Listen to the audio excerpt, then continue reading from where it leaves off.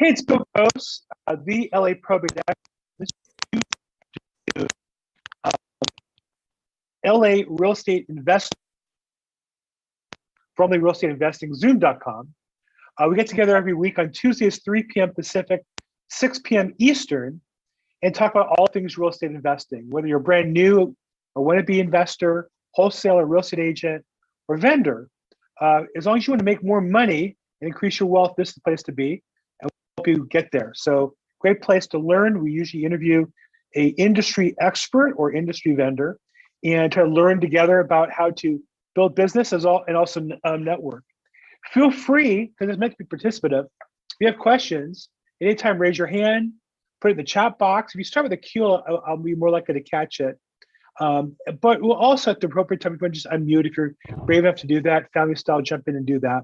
We want to be participative. And if you're watching on live stream on Facebook or YouTube as well, you can ask questions there and we'll get to them as fast as we can as well. We want you to learn more. And just to make sure we're in the right group, if you would be so kind in the chat box, put down if your primary business is an investor or your primary business is a real estate agent, which I think is the largest number we have typically. Go ahead in the chat box what your focus is. I'm an investor, but my primary business is I'm a real estate broker or a real estate agent. When you put in the chat box, that maybe we make sure in the right group and speak to the right level of people. So again, we do this every Tuesday, 3 p.m. And then once a month, the LA Real Estate Investors has a live event in Culver City area. That's on the second Thursday of the month. So September 8th, and we'll promote that again next week and give you more details. That's at LARIC.com. We get together live. So we have agents, mostly agents. Good, that's what I thought. So I brought a guest in today, Michael Malk. He is the department head of taxation at a wealth management company. Now, if a company's business is managing your wealth, that sounds a lot better than, say, credit repair or bill payoff company. By definition, wealth management sounds like a company you want to be involved with. Michael is the head of the tax department. So they have investors who invest stocks and bonds, securities. They don't invest in real estate as such. But those same people need their taxes done, as well as many of those people, like us, are real estate investors who also invest in other things and or just tax clients. And so I want to share with you guys, Michael is a very special guy. Over the last year or so, before he changed companies, he was at Ernst & Young. And we would talk regularly, partially because he married my daughter. Fantastic guy, but we would talk about finances and taxes. And while I'm a pretty smart guy, been around a long time, what I realized was I was really running my business like I was an employee of a business, not as the owner of a business. And the more I talked to Michael about the clients that he was servicing, not individually, but in general, what they were doing and how they handled the finances, the more I realized I had to make some changes. And so with his guidance, last year, I made some dramatic changes that really affected my income and net worth in a positive way and will continue to do so in the future. And so I want to bring him in here to talk about those changes that I think anybody who's a full-time business person should consider. So it's my honor to introduce the head of the tax department at Gerber Kawasaki of Santa Monica, California. And the guy's so fine, I let him marry my daughter, Michael Malk. Hey, Michael, how you doing? Good. Thanks for having me, Bill. And I want to say to all of you that as hard as I looked for any character defect in Michael before he married my daughter, the only one I found was that he was a Yankee fan. So I trust you guys will overlook that. We would be inclusive here. We want to be diverse. So all the rest of your Dodger fans will keep quiet. We'll accept Michael even with that glaring defect. Okay, Michael? It's just baseball. I could go Rams. I could go Lakers. Totally fine. Okay. It's just baseball. Of course, you can always hold my grandson, and then the whole discussion ends at that point. So. Go Giants. Go Giants. Okay, there you go. Now we're going to hold. I guess we're diverse. So before I get into it, give us a little background. Where'd you grow up? And how'd you end up becoming the head of tax at Gerber Kawasaki? Sure. So originally from New York, grew up there, did my undergrad in New York. Thought I'd be there. Met my girlfriend, fiance at the time, in a year abroad, Bill's daughter, and ultimately compromised on where she grew up. So we're in LA now and moved out here a few years ago. started my career. I did my master's of business taxation at USC. That's kind of what I started out in LA once I came here. Right on. Right Right on. there. And then ultimately went on to work in international tax for a bit of time at Ernst & Young. And then decided to get back into the individual small business tax space. I kind of got my feet wet while I was in New York there, but ultimately jumped back into it about a year ago as I kind of took over the tax and accounting department at Gerber Kawasaki. A lot of what we do, we work with individuals, small businesses. A lot of our clients, single member S Corp, single member LLCs, right? A lot of real estate agents, a lot of real estate investors, a lot of people who also have a W-2, individuals like that. So your classic, everything from tax to accounting in small businesses and individuals.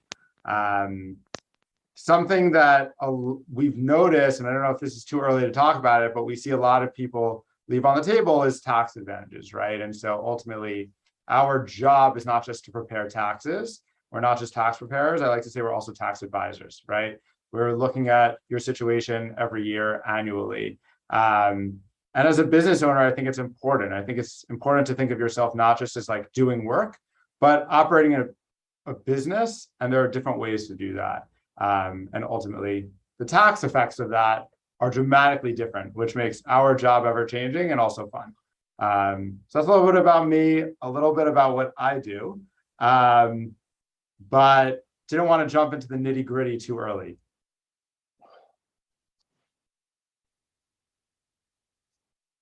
Okay, I lost sound here. Can you hear me? Okay, I know. Yeah. I saw your audio was going. Can you hear me? Okay. Yeah. Do you hear us? I can't hear you at all. Wow. Okay, so let's do this. Technical issues. Let's.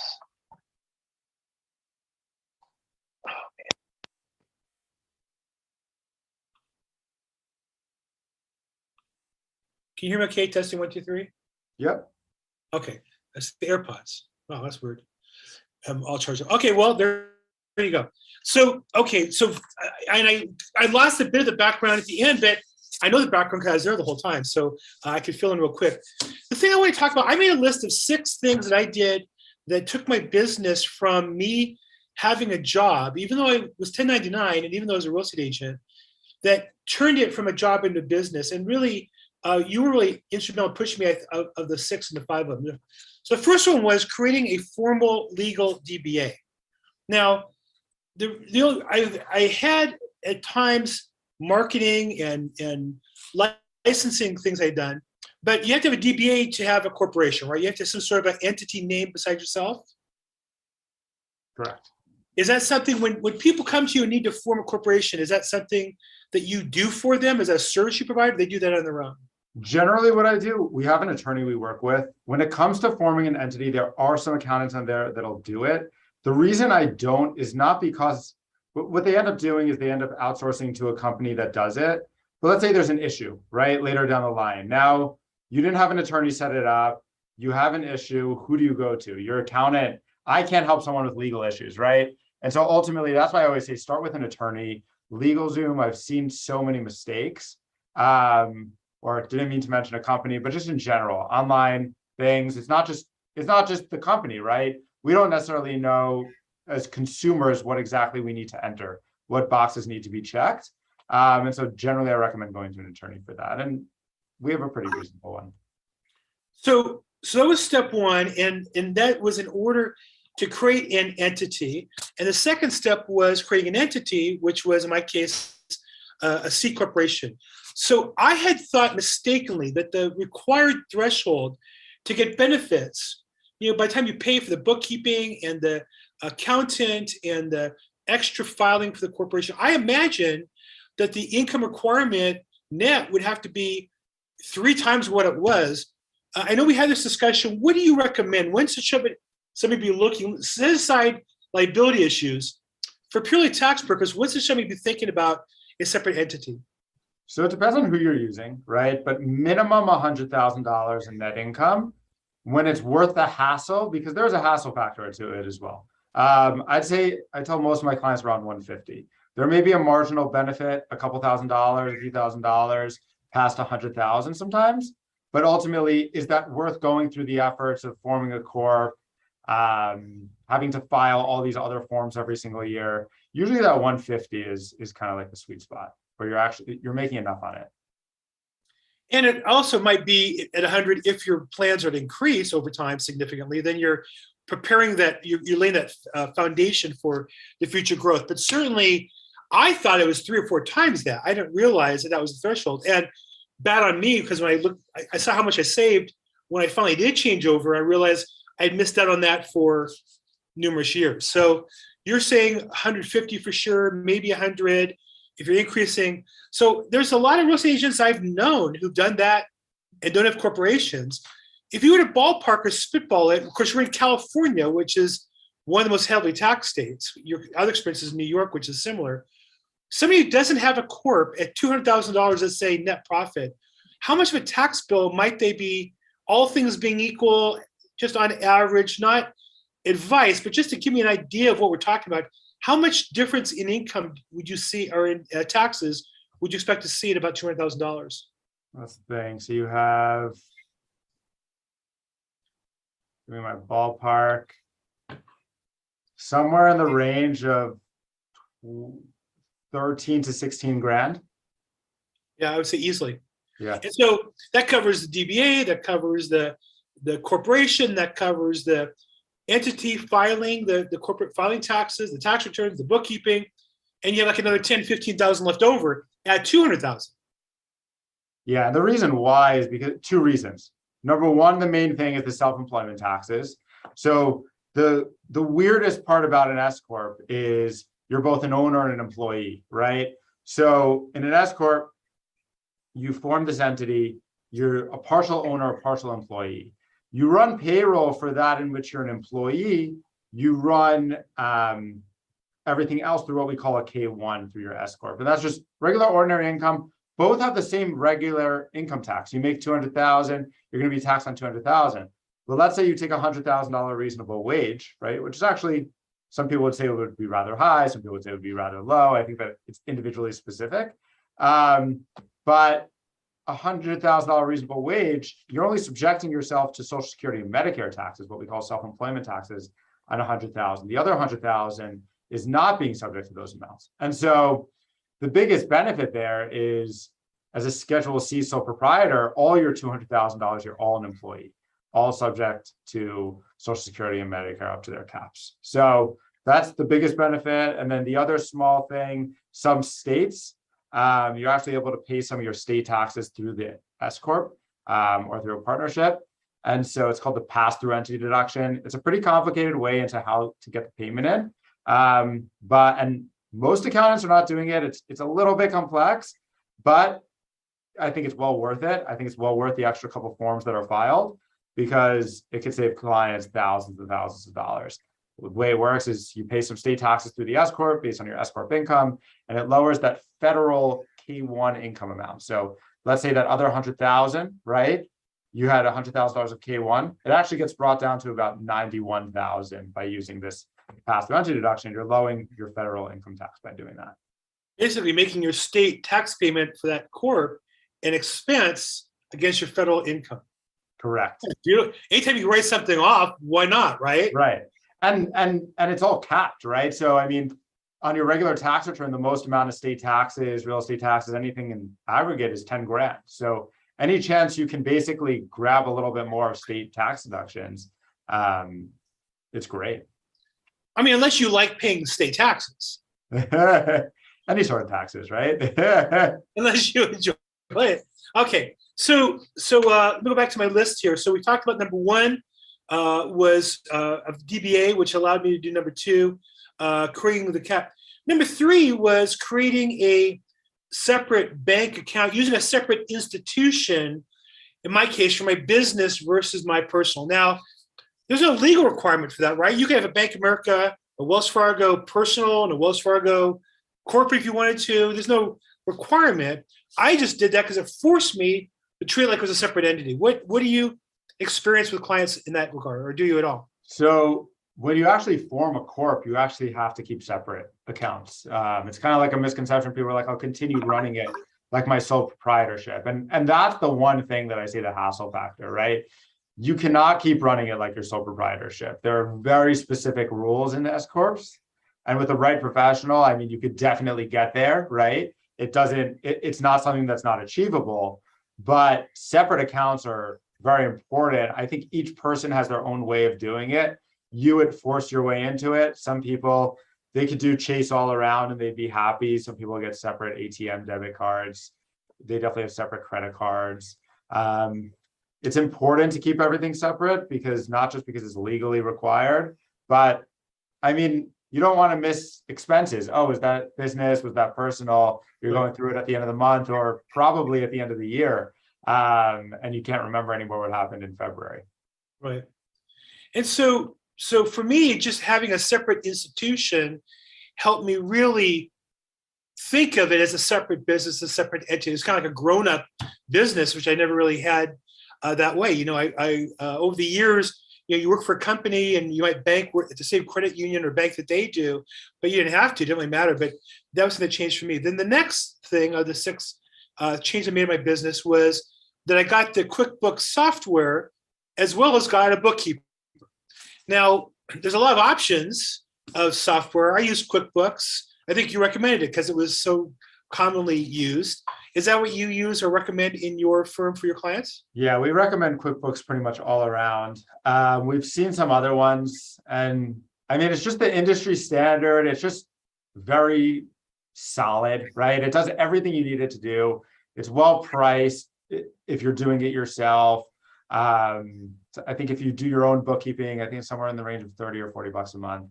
It's good software. It's well known. It's owned by Intuit. And we've been pretty happy with it. We use the accountant's version for the clients that we do bookkeeping for. And just the seamless linking up to clients' bank accounts and all that kind of stuff is nice. It is interesting that you then link up your accounts. And so your credit card, your business credit card, your personal, your business check account and such, tax accounts, risk accounts, all kind of link up. And then the bookkeeper can access your records online if you choose to do it that way. Now, I did it that way, and I used the Quicken bookkeeping service, which is, at the time, you guys didn't offer bookkeeping, and now you do. And I can just say personally, it was better than me having to do it, but there's a couple little weird things about working with it that way that haven't really worked. And so do you actually offer, to me, it makes sense to have the accountant who's going to do my tax preparation oversee the setup of the books and oversee the regular bookkeeping. That just made sense to me. And you and I talked about it, and I think you offer that your firm too now, don't you? Correct. Yeah. When I took over the practice almost a year ago, it was a tax business, right? They called it tax and accounting. There was no accounting being done. It was all tax, right? You'd have a bookkeeper prepare the books, you'd have someone run the payroll, and then ultimately this firm would do the taxes. And I mean, as a small business owner, it's not really what you want to be dealing with. You want the person who's running your payroll to be doing your books, who's doing your quarterly estimate, who's also filing your tax return.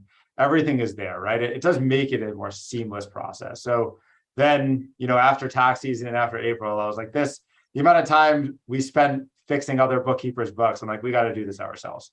And so we kind of just started really the accounting side of the business, the bookkeeping, the payroll, all that stuff that most single member S corps need. And just because you do it doesn't mean you have to do it in-house and use high-priced personnel. You can be cost-effective and do the bookkeeping service. The client doesn't necessarily even have to know how it's being done as long as it gets done properly, right? Correct. Yeah. And some of our clients, they actually like doing it, right? And they're like, I actually like doing the transactions. I mean, some of them are not that great at it, and we work with them on it. And ultimately, I think that a lot of clients will want to do it for a few months or a year just to really, I think you learn a lot about your business, right? Just doing it for even a month and you're like, oh, that's where the expenses are, instead of just seeing a summary. And then at some point they're like, okay, Michael, I'm ready after a couple months of doing it. I'm ready to hand this over. That happens probably more often than not, where they try to do it themselves. They want to see what it's like, and then they hand it over. Well, I do think doing it myself a little bit or working with the online bookkeeper, it gave me some insight into how I want to organize things a little bit. Like for me, I'm at a stage of my career, I'm trying to build up multiple lines of streams of revenue, and I want to break those out. Whereas they were kind of lumping them together. They all seemed like real estate to them, but to me, they were distinctly different, the types of income I was getting. And there's certain expenses that would be maybe normally a normal expense, but really I was reimbursing a client, or I'm sorry, I would advance the client and get that money back. And so those had to be handled separately. So it did give me, by learning, like you say, doing myself a bit, I learned on my own. I think that was really helpful. So, okay. So that was, and then the last part was tax preparer. And I have to say, most of my career, true confession now, as religious Jews, we come up at the time of year where we confess our sins and we ask forgiveness. I should ask forgiveness to my wife for all the money I wasted over the years by saving money by doing my own taxes. And at the end, I've realized I lost a lot of money over the years. And so I actually have a tax preparer. And so, talk a little bit about your role in, and I know you do the taxes and then you come up with a number, but where do you also kind of cross into maybe advice or support or evaluating somebody's business more than just the actual tax as a result? Yeah, taxes are complicated. Anyone who's a CPA or anyone who has to get the right credentials, I mean, it takes years, it takes a lot of tests, and there's a reason why. It's not an easy, it's an ever-changing law system. And the advice is always changing because the laws are always changing. And the tax preparation is important. You have to prepare your taxes every year. But the planning is so much more valuable, right? And actually saving money, right? If you don't file your taxes, you don't pay your taxes. I mean, that's an issue in and of itself, right? But if you're filing it yourself, if you're just going to a tax preparer who's preparing the taxes and not doing any planning with you, I think that you're selling yourself short. You're not exploring 401k contributions, IRA contributions, 401k contributions, that thing that I mentioned called the pass-through entity deduction, incorporation, right? All these different things that, not everyone necessarily knows about is the benefit of working with a CPA, a tax professional, who's willing to do the planning too, right? So not just here are my tax documents in February. By the time you get to February, it's too late to do most planning items besides for a SEP IRA, right? That's pretty much the only thing you could do after the year end. So if you wanted to maybe do a solo 401k, which you could tend to get more in tax deductions that way, you have to do it before year end, right? And so these items that require planning require things in that year. So if we're in 2022, it happens in 2022, not in 2023 when you're preparing 2022 taxes. Just a lot of the planning, estimated taxes throughout the year. If you're 1099, I'm sure if you're paying all your taxes in April the next year, you're paying a nice sum in underpayment penalties, which is never fun. And also a surprise, right? No one wants that huge bill come April, right? They'd rather it be broken out in quarterly payments, plus you're not getting penalties on it that way. So it's definitely a big benefit that way. Yeah, and I think, if the purpose of all this is to build wealth, you want to maximize by minimizing taxes, and there's strategies of investing money in alternate methods of investment, whether it be IRAs, 401ks. A lot of those things you can direct them and invest in real estate directly. I've used some real estate stocks and real estate REITs to add to it, but I want as much a pile of money to work with as I can after taxes. That's the point of all this. So, okay, look, I know it can be a little dry. What I want to share with all you on the call, anybody listening, is Michael's a fun guy, and he made kind of this difficult topic and painful topic to review, after a long career in real estate, to realize I've really been not taking a professional attitude towards the scorekeeping of the business at the end of the day.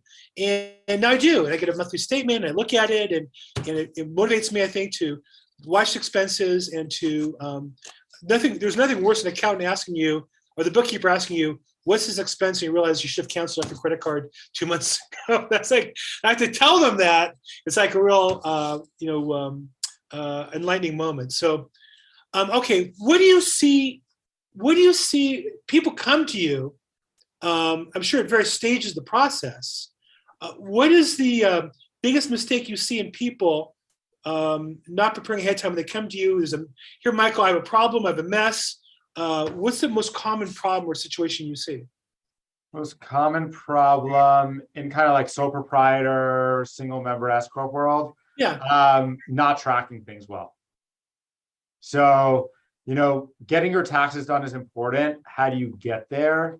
Keeping accurate records throughout the year. I'll have clients be like, I don't know what I did. I don't know if this is business or personal in February. And then they end up guessing. And if the IRS comes in, it's a tough sell, right? So staying on top of it throughout the year makes April so much easier for every single client. Yeah. That's one of the big ones. Also, once you have an entity, I mean, just staying on top of it, there are little filings that have to be done.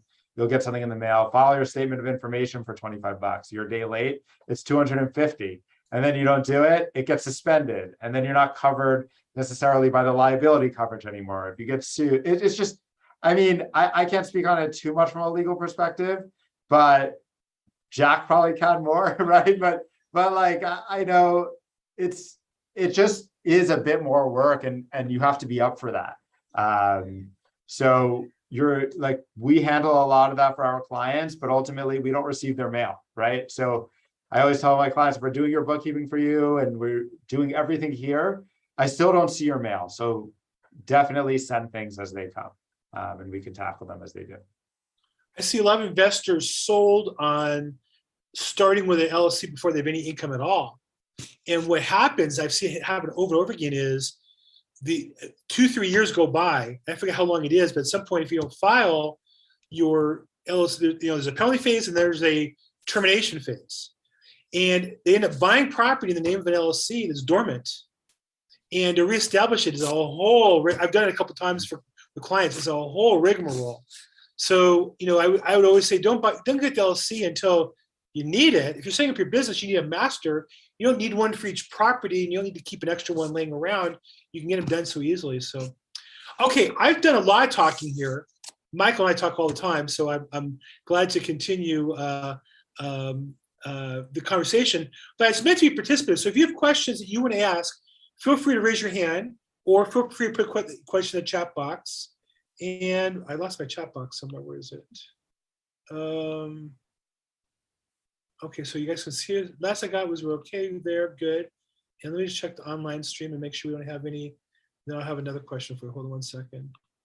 And on that point, another big part is when you form these things too early, there's a lot of fees associated with it. So if you form an LLC, you don't really need it. You form an S corp, you don't really need the liability coverage. You're not making very much money at the beginning of your career. I mean, I've seen that too, where clients, oh, I have an S corp. It costs so much to get it done every year. You shouldn't have an S corp, right? It's too much work. I've had clients, I've told them close down the S corp. You're going to pay me too much in fees every year to prepare it. Right. Go get a single member LLC. It'll be cheaper, right? So there are times where I say that. I think the minimum tax filing or fee is like $800 just to keep it alive. Then you got to pay a preparer to file the paperwork or whatever has to get done. So those things start to add up. If you need it, you need it. You should have it. But if you don't have it, particularly in California, there's no reason to have it at all. Okay, good. Well, look, I'm glad to talk about this topic because it's also a good reminder for me to maintain good practices and to grow it. I don't see any question in the chat box. Was this helpful at all? Is this area something we need to work on as professionals? I think I'm at a conference right now, and I'm in Dallas, Texas. So that's why the internet's a little off, and a couple of things a little odd about our call today. But the one speaker, they quoted Jay-Z. Now, you always sound so smart when you quote Jay-Z. I've never listened to his music. No offense. It's just, I'm a little older and not my style. But he quoted Jay-Z. I wrote this down. It was fantastic. He said, I'm not a businessman, I'm a businessman. And as if to say that he is a business. And I think that's the opportunity that we have in real estate is all of a sudden, almost everything we do can become a business. Travel can become part of the business. Other expenses, where we invest. And so we want to be a business where it's an entity, not a businessman, where we're, kind of have a job working for somebody else and somebody else is us, because typically we're not a very good boss.